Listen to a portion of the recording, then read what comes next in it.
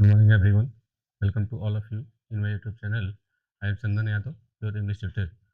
Today, we will discuss about the next part of narration, and this is the second part of exclamatory sentence.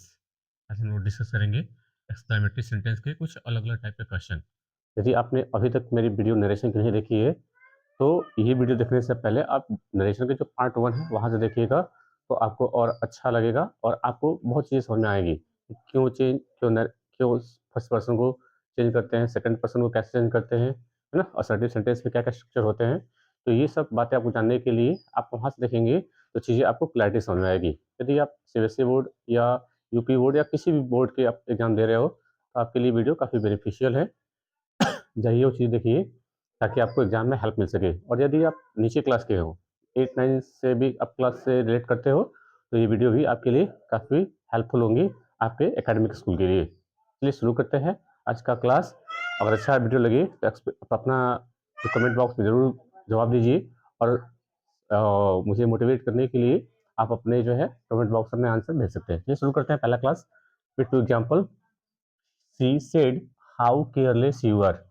उसने कहा how careless you are, तुम कितने लापरवाह हो। अब ये बात गुस्से में कही गई होगी, एंगर में कही गई होगी, तो वही करेंगे सी सेड।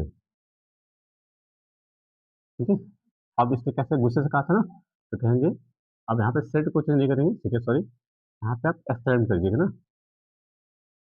सेड पे इसको एक्सक्लेम में चेंज कर लेंगे तो बेटर रहेगा। She exclaimed with angrily. She exclaimed with angrily. अब कंजंक्शन दैट लगाएंगे, दैट। अब देखिए लिखा हुआ है हाउ केयरलेस यू आर, तुम कितने लापरवाह हो ना। तो अब यहाँ पे हमारा सब्जेक्ट है यू, सेकंड पर्सन। तो सेकंड पर्सन जो का ऑब्जेक्ट के साथ, यहाँ पे तो ऑब्जेक्ट कोई नहीं है। और समझ लिया अगर यहाँ पे ऑब्जेक्ट कोई नहीं है, तो मान लीजिए कि ये बात आपके लिए कही गई हो, है ना। तो अपने लिए खुद के लिए क्या लगाएंगे, आई, वही लिखेंगे आई। अब यहाँ पे एज एम आर लिखा हुआ है, प्रेजेंट टेंस है, जाएगा पास्ट टेंस में, तो आई के साथ क्या लगाएंगे, वॉज। I was. ठीक है। अब देखिए यहाँ पे केयरलेस लगा हुआ है। ध्यान रखिएगा कि केयरलेस क्या है, ये एक एडजेक्टिव वर्ड है। केयरलेस क्या है, ये एक एडजेक्टिव वर्ड है, लापरवाह। तो हमें वही लिखना है केयरलेस, क्योंकि ये लिंकिंग वर्ड हो जाएगी, तो यहाँ पे केयरलेस लिखेंगे। ठीक है। लेकिन ध्यान रखिएगा कभी भी सेंटेंस नहीं था, हालांकि मैंने इस स्ट्रक्चर कभी पढ़ा नहीं था, मैंने जान उसकी टेस्ट करने के लिए दिया हुआ था। ठीक है।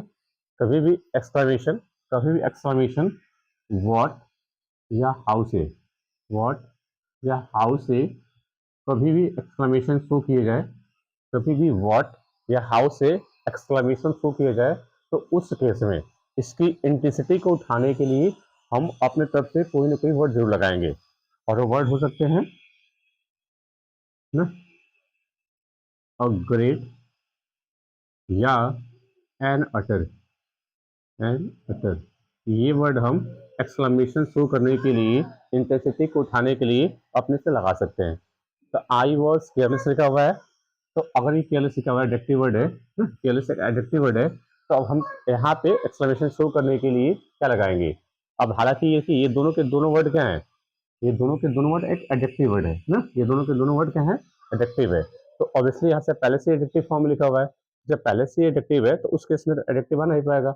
एडजेक्टिव तो नाउन या प्रोनाउन की विशेषता बताने के लिए लगाई जाती है। तो फिर हम इसकी इंटेंसिटी उठाने के लिए एक एडवर्ब पुट करेंगे यहाँ पे, it I was very careless. ठीक है।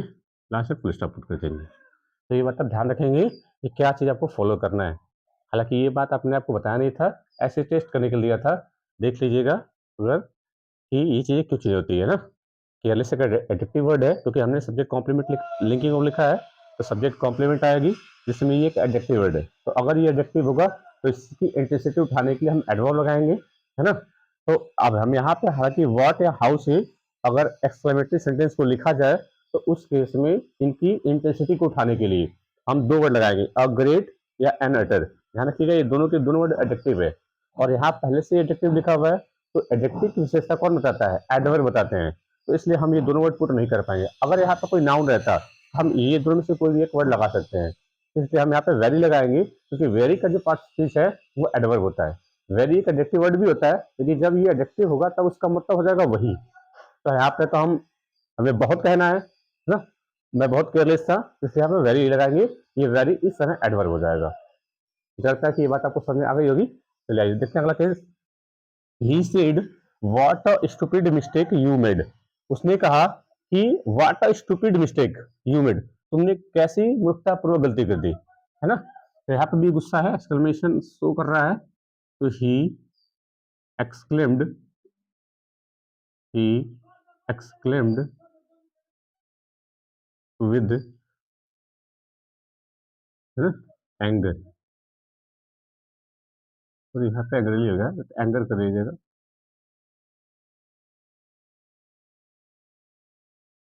With anger, ANGER, with anger, है ना।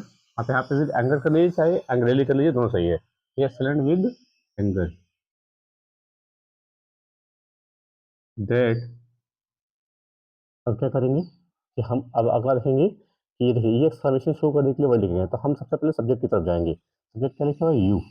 अब यहाँ पे देखिए सब्जेक्ट यू लिखा हुआ है, तो ये बात किसके लिए कही गई है? किसी के ऑब्जेक्ट तो लिखा नहीं गया है, इसका मतलब ये बात आपके लिए कही गई है। तो आप अपने लिए क्या प्रोनाउन लगाएंगे? आई, तो वही करेंगे, आई।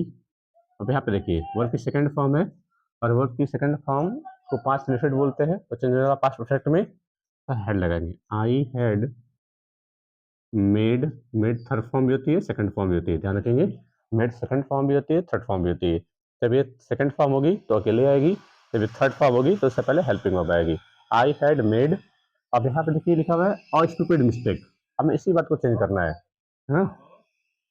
तो ए स्टूपिड मिस्टेक लिखेंगे, स्टूपिड मिस्टेक। और देखिए यहाँ पे हमने क्या देखा है कि यहाँ पे भी एक्सक्लेमेशन व्हाट से स्टार्ट हुआ है। हमने क्या पढ़ा था कि व्हाट और हाउ से यदि एक्सक्लेमेशन शो किया जाए तो उस केस में इंटेंसिटी उठाने के लिए हम अपने तरफ से कोई ना कोई वर्ड लगाएंगे। अब यहाँ पे देखिए जो मिस्टेक लिखा हुआ है ये नाउन लिखा हुआ है ना, और नाउन की विशेषता कौन सा है? स्टूपिड। तो ये क्या हो जाएगा? एडजेक्टिव वर्ड हो जाएगा, है ना। तो अगर ये एडजेक्टिव है तो हम इससे पहले एडजेक्टिव की विशेषता बताने के लिए हम कौन से वर्ड लगाएंगे? अपने कौन से वर्ड लगाएंगे?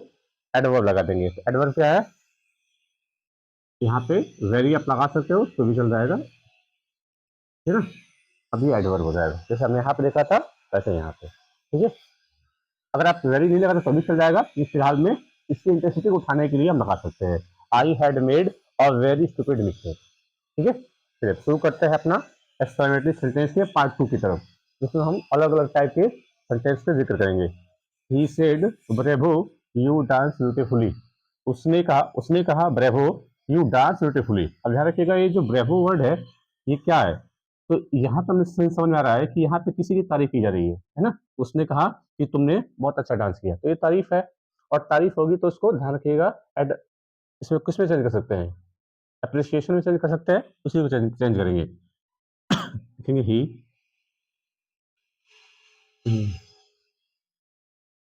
Exclaimed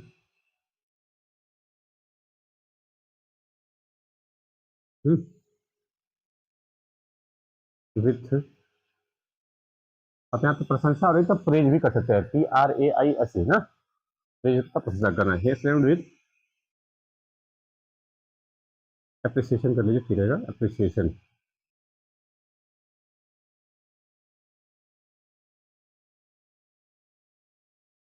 he exclaimed with appreciation.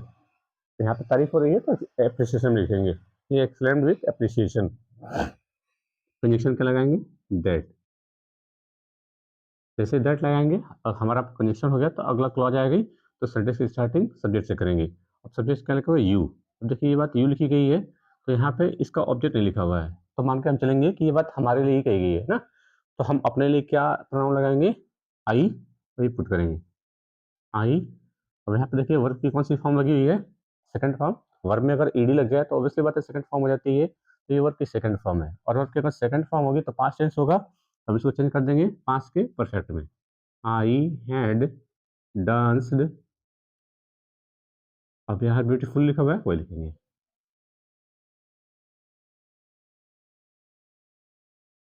Full stop put कर देंगे। तो बात आपको आज समझ में देखिए, पढ़ के ही आपको समझ में लेना है कि यहाँ पे सेंस किस चीज़ का लिखा हुआ है। कह रहा है कि तुमने बहुत अच्छा डांस किया, मतलब ये किसी की तारीफ हो रही है ना, अप्रिशिएट किया जा रहा है, तो लिखेंगे ही एक्सक्लेम्ड विथ अप्रिसिएशन, फिर कंडीशन दैट लगाएंगे।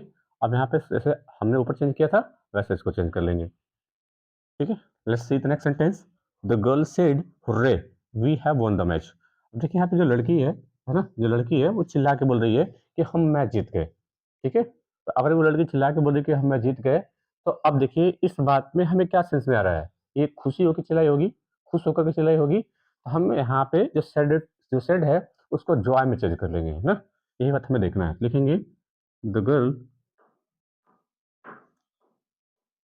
एक्सक्लेम्ड विद जॉय, ठीक है। और आप चाहे तो विद जॉय न लिख करके आप लिख सकते हैं द गर्ल एक्सक्लेम्ड जॉयफुली, दोनों चल जाएगा। The girl exclaimed with Joy. अब यहाँ पे हमें कंडीशन दैट लगाएंगे, तो क्या हमें अगला क्लॉज भी लिखना है। अब यहाँ पे देखिए वी लिखा हुआ है ना। आई और वी फर्स्ट पर्सन होता है, और फर्स्ट पर्सन चेंज होता है सब्जेक्ट के अकॉर्डिंग। सब्जेक्ट क्या है, गर्ल, तो गर्ल के लिए हम प्रोनाउन क्या लगाएंगे, सी, ठीक है। ध्यान रखिएगा क्या लगाएंगे, सी। देखिए यहाँ पे सी भी आ सकती है, और यहाँ पे वी भी आ सकता है, और दे भी आ सकता है, ये तीनों के यहाँ पे आ सकते हैं। चलिए इधर चेंज कर लेते हैं। प्रेजेंट परफेक्ट है, एज अ प्रेजेंट परफेक्ट, तो हम किस में चेंज करेंगे, पास्ट परफेक्ट में। तो हैड वन, वन पिछली फॉर्म भी है, सेकंड फॉर्म भी है, वन द मैच, ठीक है। तो हमें ये ध्यान रखना है कि यहाँ पे तीनों में से हम क्या चीज़ बेटर पुट कर सकते हैं। हालांकि अगर हमने रूल ये पढ़ा है कि आई और फर्स्ट पर्सन चेंज होंगे सब्जेक्ट के अकॉर्डिंग। सब्जेक्ट है गर्ल, तो गर्ल के लिए तो सी हो जाएगा। लेकिन ये ध्यान रखिए कि सोचिए अगर ये लड़की, अगर लड़की ने ये बात खुद के लिए कही होती है कि मैं जीत गई, तो यहाँ पे तो आई आना चाहिए था।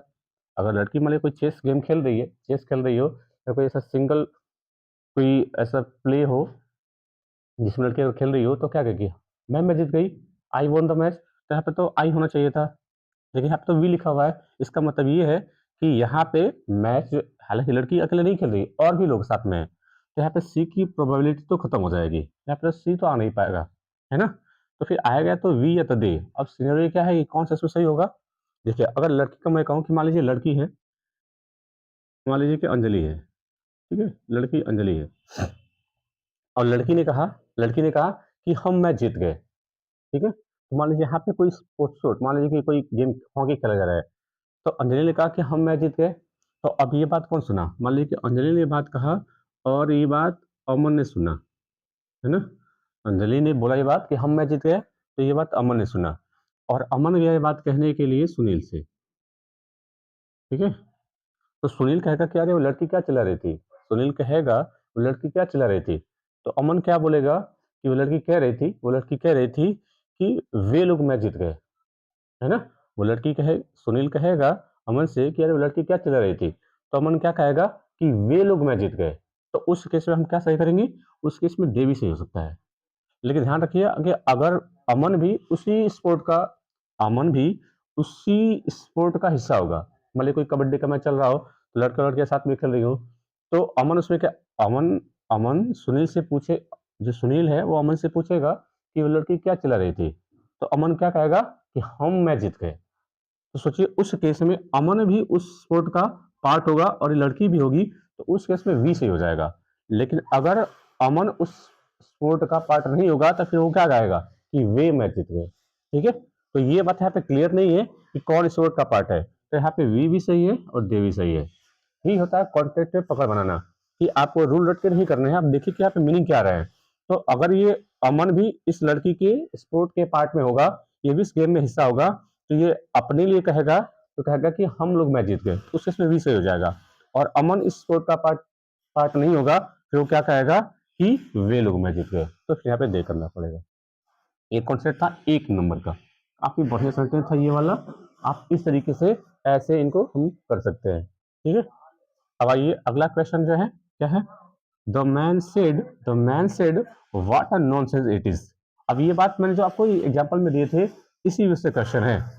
मैन ने कहा कि what a nonsense it is. ध्यान रखिएगा ये एक्सक्लेमेटरी वर्जन है, ये सेंटेंस कुछ ऐसा होना चाहिए था, इट इज अ नॉनसेंस, है ना।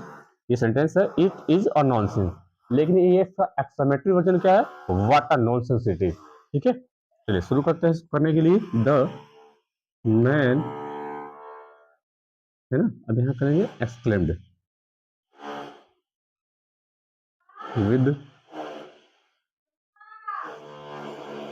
एंगर।